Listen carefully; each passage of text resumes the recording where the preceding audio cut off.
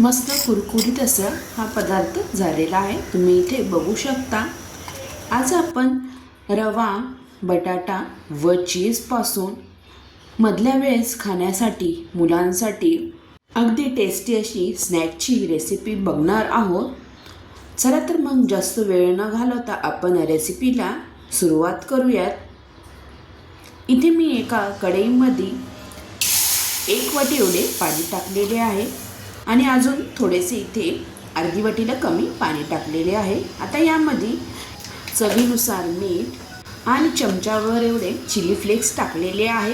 तुम्ही इथे हिरवी मिरचीही टाकू शकता। इथे काही हर्ब्स, ओरिगानो टाकलेले आहे चमचाभर एवढे। आता यामध्ये आपल्याला बारीक, मीडियम कुठल्याही साईजचा तुम्ही इथे रवा वापरू शकता। मी इथे वाटीभर एवढा रवा घेतलेला आहे। तर रवा टाकल्यानंतर चांगले इथे मिक्स करून घ्यायचा आहे। आता इथे पाण्याला उकळी आल्यानंतरच आपल्याला इथे रवा टाकायचा आहे। आता या पाण्यामध्ये रवा चांगला फुलून येतो। तर चांगला मिक्स करून झाल्यानंतर मी थोडा वेळ झाकून ठेवलेले आहे। तर तुम्ही 2 मिनिटानंतर बघा झाकून काढल्यानंतर छान इथे रवा फुलला गेलेला आहे। आता हा रवा आपल्याला थंड होऊन द्यायचा आहे। तर मिक्स करून पुन्हा मी इथे गार करायला ठेवलेला आहे। तर गार झाल्यानंतर तुम्ही इथे बघू शकता पूर्णपणे इथे रवा गार झालेला आहे। आता हाताच्या साहाय्याने आपल्याला इथे हे रवा जे मिश्रण आहे रव्याचे ते चांगलं मिक्स करून घ्यायचं आहे। आता बाकीचे जे साहित्य आहे ते आता आपण रवा थंड झाल्यानंतर टाकणार आहोत। इथे मी उकडलेला बटाटा घेतलेला आहे। तुम्ही मीडियम साईजचा असेल तर 1 उकडलेला बटाटा टाकू शकता। इथे मोठा बटाटा होता त्यामुळे मी इथे अर्धा इथे बटाटा किस करून अशा प्रकारे यामध्ये टाकलेला आहे। तर मस्तपैकी इथे बटाटा किस करून टाकल्यानंतर आता यामध्ये मी 1 चीज क्यूब टाकणार आहे। तर चीज क्यूबही आपल्याला इथे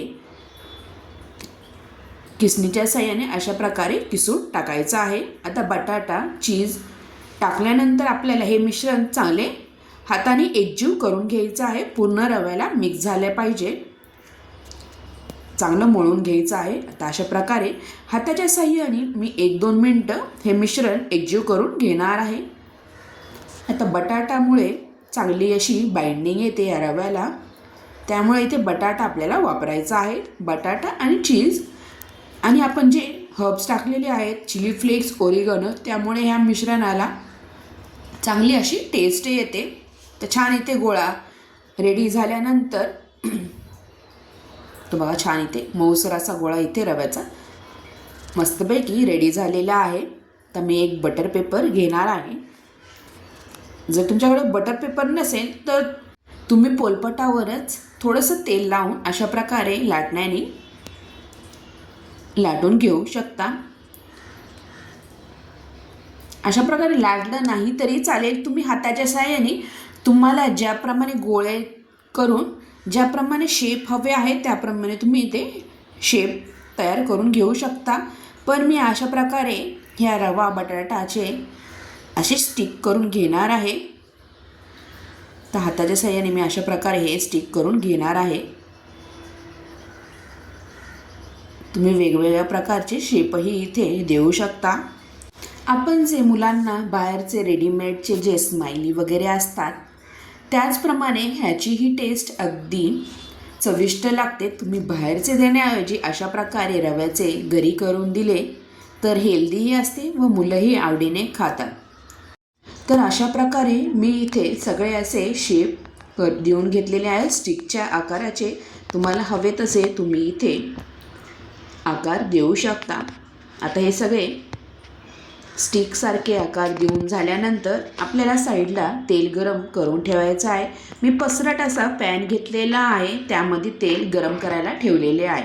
इथे तेल चांगलं गरम होऊन द्यायचं आहे। नंतरच जे आपण रव्याचे स्टिकच्या आकाराचे बनवलेले आहे त्यामध्ये सोडून द्यायचं आहे। लक्षात ठेवा तेल हे गरम असले पाहिजे। तुम्ही गार ह्याच्यात ठेवले तर जे आपण रव्याचे स्टिकचे बनवलेले आहे ते वितळू शकतात, पसरू शकतात, त्यामुळे इथे तेल चांगलं गरम होऊन द्यायचं आहे। मी पहिल्यांदा आच ही मोठीच ठेवलेली आहे। मोठ्या आचेवरच थोडेसे मी हे ब्राऊन होतोपर्यंत शेकून घेतलेले आहे. नंतर तुम्ही गॅसची फ्लेम कमी करू शकता. तर मस्त इथे तळले गेलेले आहे. छान इथे सोनेरी ब्राऊन कलर इथे आलेला आहे. अशाच प्रकारे आपल्याला बाकीचेही स्टिक तळून घ्यायचे आहेत. छान खायला एकदम टेस्टी, कुरकुरीत, एकदम चीजी फ्लेवर असा या स्टिक्सला येतो. तुम्ही सॉससोबत किंवा एखाद्या चटणीसोबत हे स्टिक खाऊ शकता. अशा प्रकारे ही रवा, बटाटा व चीजचे स्टिकची रेसिपी तुम्हाला कशी वाटली नक्की कमेंटद्वारा कळवा. व तुम्ही अशा प्रकारे मधल्या वेळेस मुलांना खाण्यासाठी अशा प्रकारे सुजीचे रव्याचे स्टिक बनवून नक्की बघा. जर तुम्ही माझ्या चॅनलवर नवीन असाल तर चॅनलला सबस्क्राईब करा आणि बेल आयकॉनवर क्लिक करा, जेणेकरून तुम्हाला माझ्या चॅनलवर अशाच नवीन नवीन रेसिपीज बघायला भेटतील. मस्त मी ते छान असे सोनेरी कलरपर्यंत तळून घेतलेले आहे. मस्त सॉससोबत आता आपण हे सर्व करूयात. मुलंही आवडीने खातात व मोठेही आवडीने खातात. अशा प्रकारे तुम्ही हा व्हिडिओ शेवटपर्यंत बघितल्याबद्दल तुम्हा सगळ्यांचे खूप खूप धन्यवाद. पुन्हा भेटूया अशाच नवीन रेसिपीसोबत. तोपर्यंत तुम्हा सगळ्यांना बाय बाय.